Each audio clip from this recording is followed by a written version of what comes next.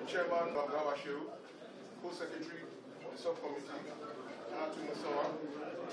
Director of Publicity of the APC, Salisu Naina Gambata, Senior Leaders present. Your Excellencies, before you are media organization from all platforms, radio, TV, online. Let me first and foremost welcome you to this World Conference of the APC Convention, which will be taking place tomorrow, God's willing. Before I begin, let me use the opportunity actually to take you through a little bit of background of what APC is all about before we get to where we are today.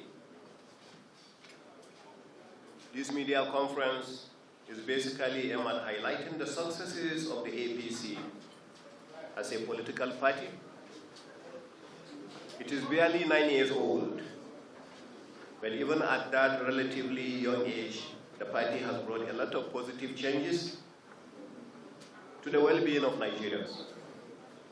This is important as the APC holds its national convention tomorrow, Saturday, March the 26th, 2022, at the Eagle Square, Abuja, where new leaders will be elected to run the affairs of the party. It can be recalled that the APC was formed in February 2013 as a result of a merger among existing political parties, namely the ACN, the ANPP, the CPC, and APGA. The merger was later strengthened by a splinter group of the PDP that came to join that merger in 2014.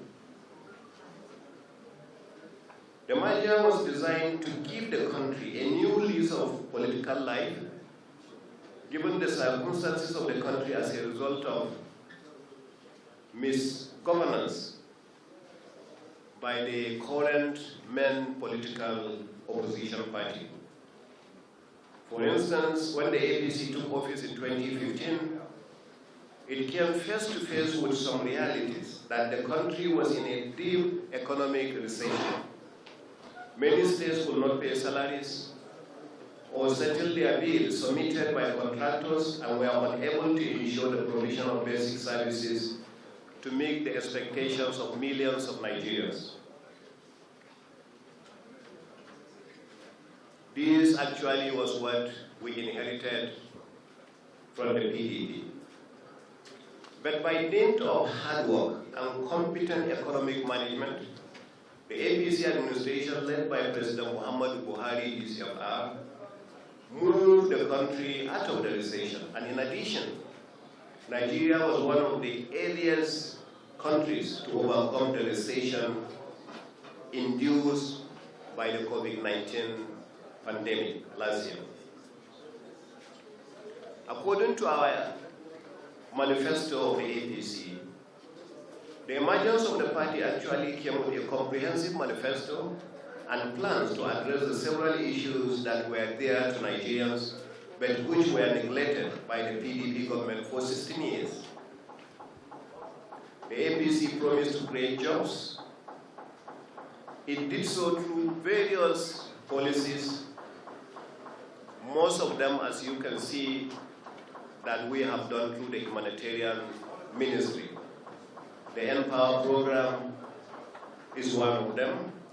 The public works actually for the youth that created several jobs. The Anchor Borrower scheme that we have done also that created some kind of self-sufficiency for food production in this country. The promise to create jobs through the information and communication technology and the creative industries was a huge success. The digital economy has created thousands of jobs. More jobs were generated through the value chain of the homegrown school feeding program. Indeed, Nigerians have witnessed and benefited from the jobs created through the construction of hundreds of roads, many bridges, railway lines, sea and airports, to stimulate the economy, both for the micro, small, and medium enterprises. The APC administration, in the 3 tiers of government in this country, have embarked on projects and programs that have huge difference in enhancing the well-being of Nigerians. We have excelled in the provision of infrastructure for transportation, power supply, irrigation, agriculture, education, and healthcare.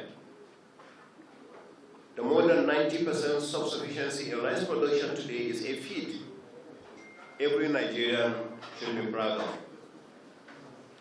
I don't intend to list every contribution made by the APC administration at the local, state, and the federal levels, but I can confess that, with all sense of humility, we have achieved a lot. The APC, like any other party and any other human institutions, had its own share of ups and downs. The ups including winning the 2 general elections that we have had back-to-back in 2015 and 2019. This is not a small achievement for a very young political party. However, it is a goal-getter. The party will continue to win elections if we continue to work the direction that we are going, especially after ending the internal squabbles that led to the change of guards in his leadership nearly 2 years ago. That change ushered in the caretaker Extraordinary Convention Planning Committee, the CECPC, led by His Excellency the Governor of Yobe State, Alhaji Maimala Buni, and 9 others. During the virtual emergency meeting of the National Executive Committee of the party on the 25th of June, the year 2020, President Muhammad Buhari stated that APC was at a crucial moment in his life on a fast lane to self-destruct unless something was done. This was at the height of the APC's internal wranglings. President Muhammad Buhari submitted that it was obvious that the fortunes of the party was in jeopardy, party administration was impossible, and consequently, an urgent need for intervention to immediately arrest further drifts and internal wranglings which may lead to total destruction had to be done. The President's charge on the task ahead was clear: an urgent need to maintain party cohesion, close ranks, and return our party to its winning ways.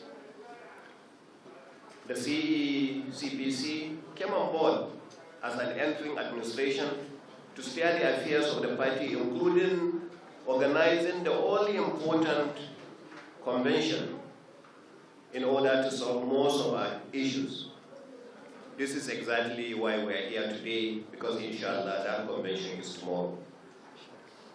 Under the leadership of Governor Maimala Buni, the CECPC has created a member-centered party structure, one that guarantees the full participation of all members and accord privileges to strengthen members' trust, beliefs, and engagements in all party activities. Successfully conducted APC membership registration. Also the ward, local government, and state congresses of the party were conducted and rancor-free. The committee also worked hard and won into APC 3 sitting state governors and several other parliamentarians from other political parties. Successful amendment and expansion of the APC constitution, thereby making it more inclusive. Scrutiny and payment of inherited debts for services to the party. Ending a resolution of litigations and court cases instituted by many aggrieved members against the party for various reasons by reaching out to the aggrieved members who shared their swords.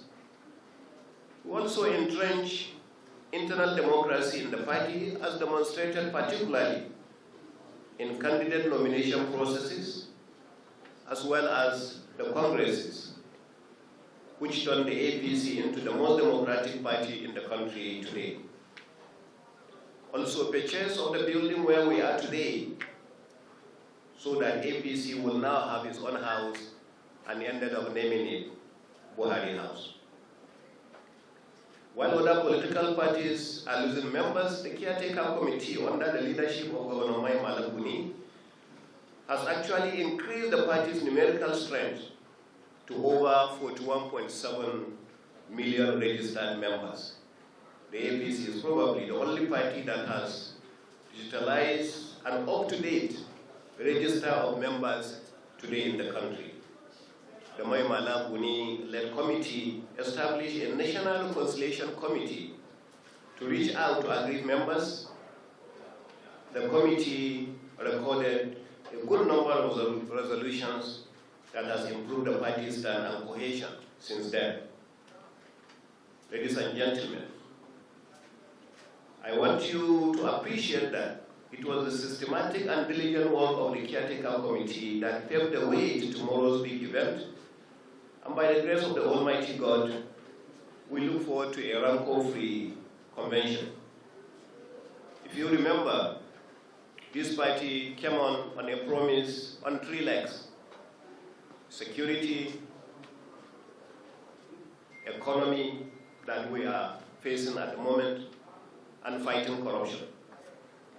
I have listed most of the other issues, but I have not said much about the economy except on the area of employment that we have done.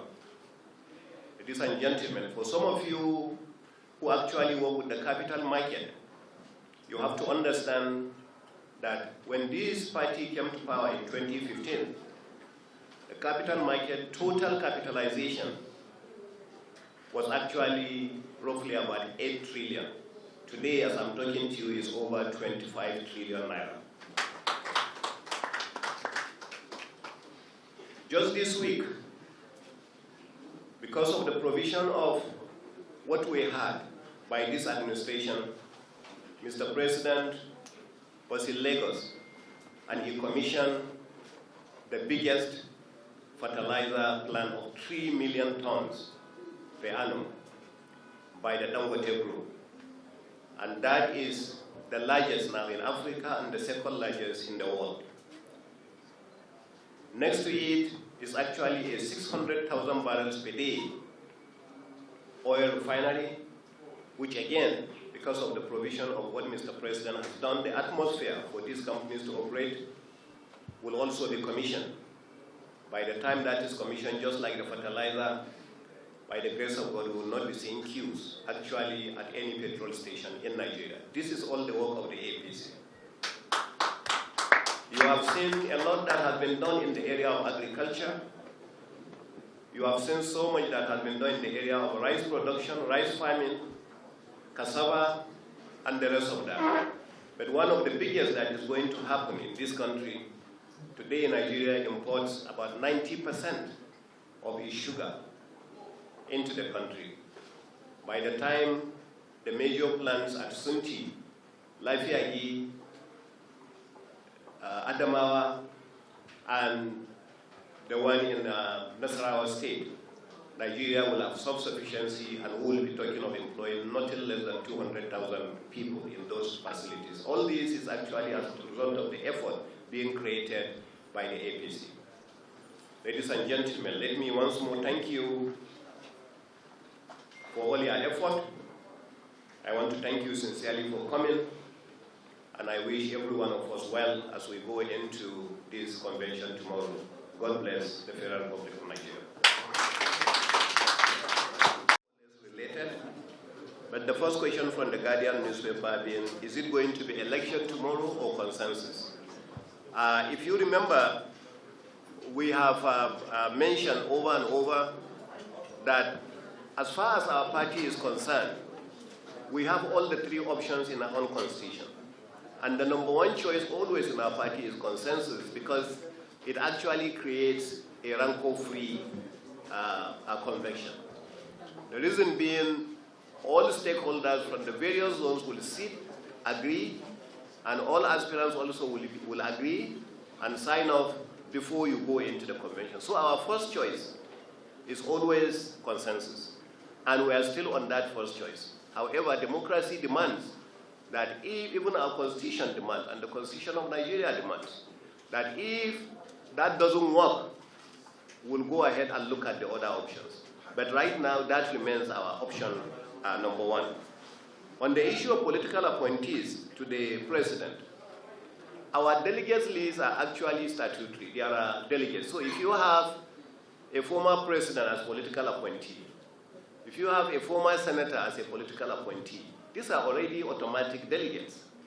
So let's not confuse the two. Just because being an appointee doesn't necessarily take you out of being a delegate, because our delegates are classified clearly. Former president under our party, former elected this, elected that, party officials, and the rest of that. I don't think anybody holding a political party office is actually right now a political appointee of the president or the governors and the rest of that. So most of the lists that we submitted, if you are talking of the ones we have submitted now, we don't have commissioners, we don't have advisors, we don't have all those. Unless if somebody particularly was a former this or former that. In that case, just being an appointee doesn't completely exclude such a person, from being a delegate. The issue of unity list, is actually an item that you have to, well, two questions were asked on that. One, when will it be ready? From all what we have had on the various regions, the unity list will be ready today, and will actually be submitted. And somebody was asking whether it is for real we are going to have unity list or not. Of course, yes, if you are talking of consensus, you must have unity list, because that's the whole essence of consensus. If you are having consensus, you are going to have people who have agreed, aspirants who have agreed, stakeholders who have agreed, and also the constituency that have agreed. And in that case, that name automatically will be adopted. And that's just the meaning of the unity list. That's how unity lists are going to be put together. Thank you very much. Please, this is the last set of questions. Your Excellency. One thing I will tell you is this. One of the most respected governors who often happens to be the chairman of the Nigerian Governors Forum and a very strong member of the APC is Governor Fayemi. And Governor Fayemi was sitting when all the meetings where all this had been agreed. So when you said that, I was surprised. But then I just received a report that actually there is a refutal, by Governor Fayemi. He said he never said that. And that is what I have just seen. On the arrangement for the consensus, I think anybody who has been following up with the activities of Mr. President and the party will understand that so many things have been going on towards consensus. Mr. President has met with the governors, met with the aspirants for chairmanship, met with the National Assembly. He's meeting also with all the major stakeholders of this party and the rest of that. If you look at that, that is actually arrangement towards a consensus.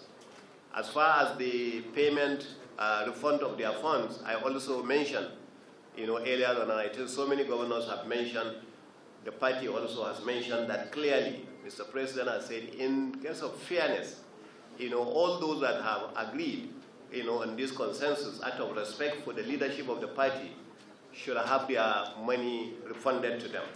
And I think that is it. One thing I can tell you clearly, the leadership of this party, the stakeholders of this party, the governors are united.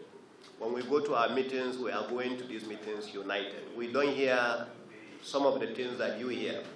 Sometimes, honestly, we came out of one meeting and they said that the APC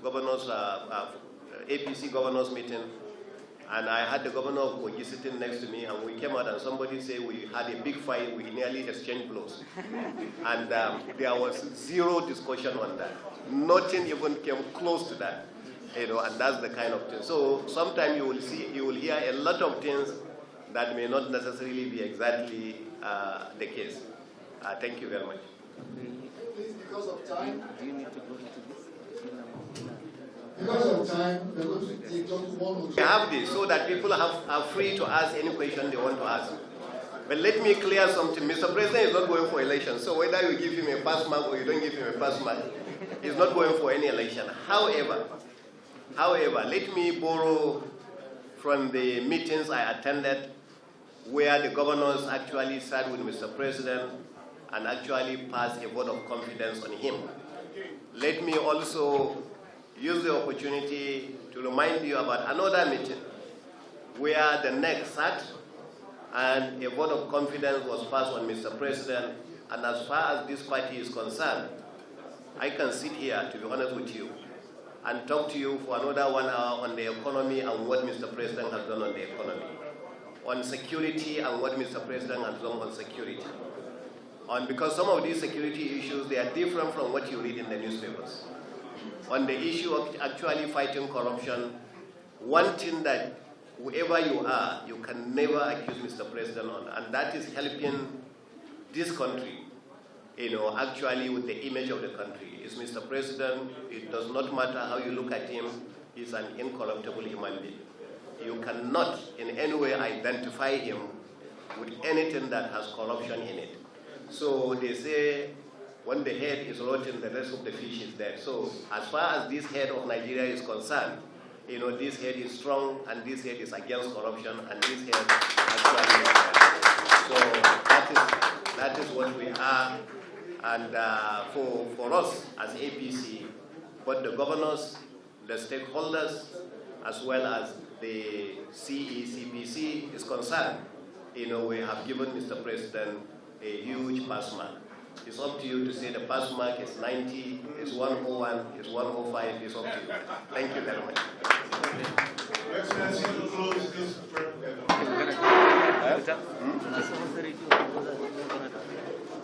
Mi Hausa na fa ba karfi.